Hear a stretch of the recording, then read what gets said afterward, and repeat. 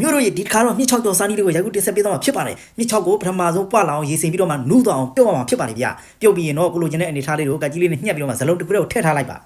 ပြီးရင်ချင်းနဲ့ငယ်ထောင်းထည့်လိုက်ပါပြီးရင်နည်းမုံလေးနဲ့ထည့်လိုက်ပြီးရင်အသားမုံထည့်လိုက်မယ်ပြီးရင်စားနဲ့ငယ်ထည့်လိုက်မယ်အရသာမုံတွေအကုန်လုံးထည့်ပြီးဆိုလို့ရှိရင်ကတော့ဆန်မုံ